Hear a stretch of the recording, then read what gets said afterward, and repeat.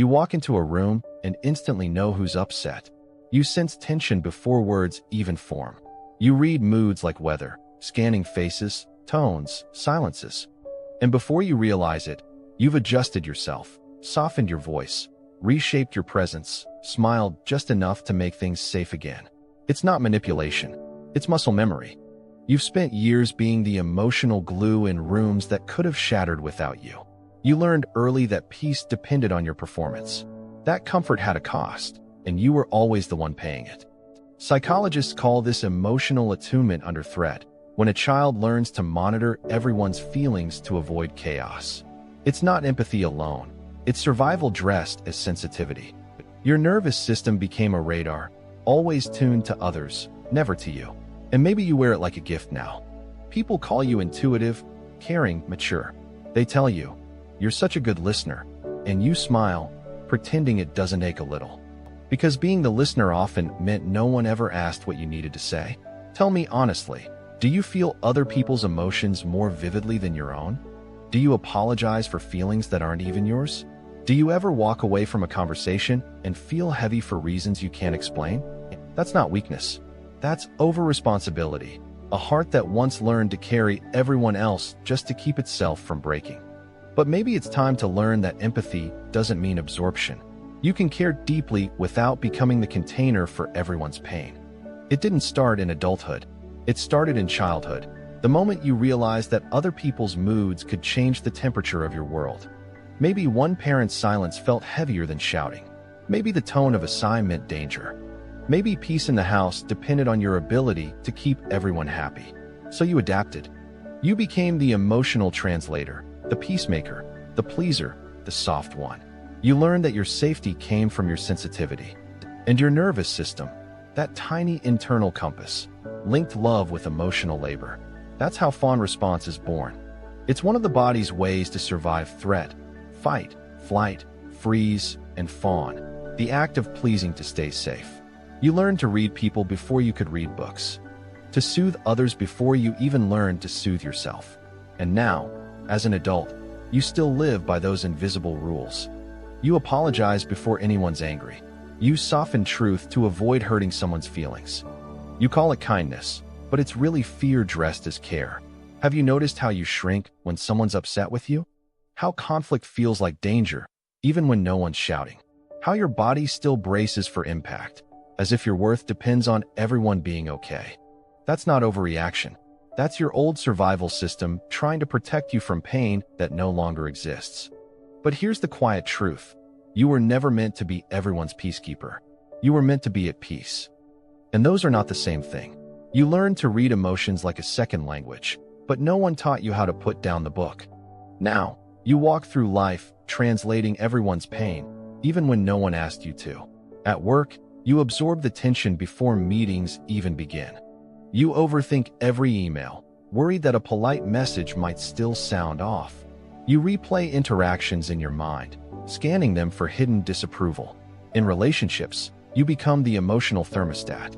If they're sad, you drop everything. If they're distant, you fill the silence with reassurance. And when they're angry, you shrink, thinking, "What did I do?" Even if you did nothing at all. Psychologists call this internalized responsibility, when your brain confuses other people's emotions with your own safety. It's not empathy anymore, it's entanglement.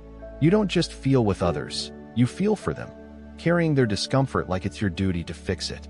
But here's the thing, you can't regulate someone else's emotions without abandoning your own. Every time you rush to soothe another, you step further away from yourself. Have you ever noticed how drained you feel after being the calm one? How you leave a room heavy, carrying emotions that don't belong to you? That's not emotional intelligence, that's emotional overexposure. And it's time to come home to yourself. You can be kind without becoming the cure. You can hold space without holding the weight. And you can love people deeply without confusing their healing for your responsibility. When you grow up equating safety with harmony, you start to believe that peace is something you must create, even at your own expense. You bend, you edit, you dim. You become fluent in emotional damage control. In friendships, you're the listener, the one everyone calls when things fall apart. You absorb their storms and hand back sunshine. But when you need support, You hesitate. You don't want to be a burden. You don't want to make anyone uncomfortable. So you stay silent, and the silence becomes a habit. In love, it's even more subtle. You take responsibility for their moods, for their distance, for their unhappiness. You over-apologize. You try to fix what was never yours to fix. Because deep down, you believe love means constant repair. And when someone finally treats you gently, you feel uneasy, like you haven't earned it yet. Because comfort feels foreign to a body conditioned to scan for crisis. This is what trauma theorists call hyperempathy, when your sensitivity becomes self-erasure. Your nervous system still thinks being useful is the only way to stay loved. But love built on overfunctioning isn't love. It's fear disguised as compassion. So ask yourself, when was the last time you let someone be upset without trying to fix it? When was the last time you said, "That's their emotion, not my fault"? You don't have to solve feelings to be worthy of connection. You were never meant to be the emotional caretaker of the world. You were meant to belong to it, freely, without always earning your right to stay. Healing this pattern doesn't mean you stop caring. It means you start caring differently, not from fear, but from freedom. The first step is awareness. Notice when your body tenses as someone else grows quiet. Notice the urge to jump in, to smooth, to rescue. That urgency isn't love, it's alarm. It's the echo of the child who believed, if they're upset, I'm unsafe. Psychologists call this co-regulation gone wrong. When you learn to regulate everyone else before you ever learn to regulate yourself. So the practice now is reversal, to come back to your own emotional center first. Try this. When someone is upset, pause before reacting. Place your hand on your chest and breathe. Ask yourself, is this mine to carry? If the answer is no, send compassion, not responsibility. Then, practice tiny boundaries. Let silence stretch without filling it. Let people handle their own discomfort. Let yourself be liked for your honesty, not your compliance. Have you ever noticed how peace feels almost guilty? Like you owe someone your worry to prove you care? That's the old conditioning, a nervous system addicted to empathy overload. But you can retrain it. You can learn that love doesn't require exhaustion. That care doesn't mean control. That your peace isn't selfish, it's sacred. And slowly, you'll begin to realize the world doesn't fall apart when you stop fixing it. Sometimes, it starts to heal in the quiet you finally allow. One day, you'll feel it, the strange calm of not rushing to rescue. Someone will frown, sigh, or go quiet, and instead of shrinking or spinning, you'll stay still. You'll breathe. And in that silence, you'll realize their emotion is not your emergency. You'll begin to see that empathy and over-responsibility are not the same thing. One connects, the other consumes. One holds space, the other fills it until there's no room for you. You'll still care, of course you will. Your heart was built that way. But now you'll love without absorbing. You'll listen without losing yourself in the noise. You'll understand that people can be upset and you can still be safe. Because the child who once feared disapproval has grown into an adult who can survive it.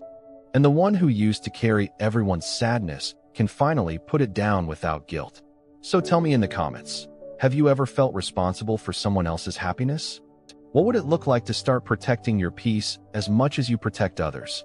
And if you could tell your younger self one thing, what would it be? Maybe it's not your job to fix them. Maybe you're allowed to rest.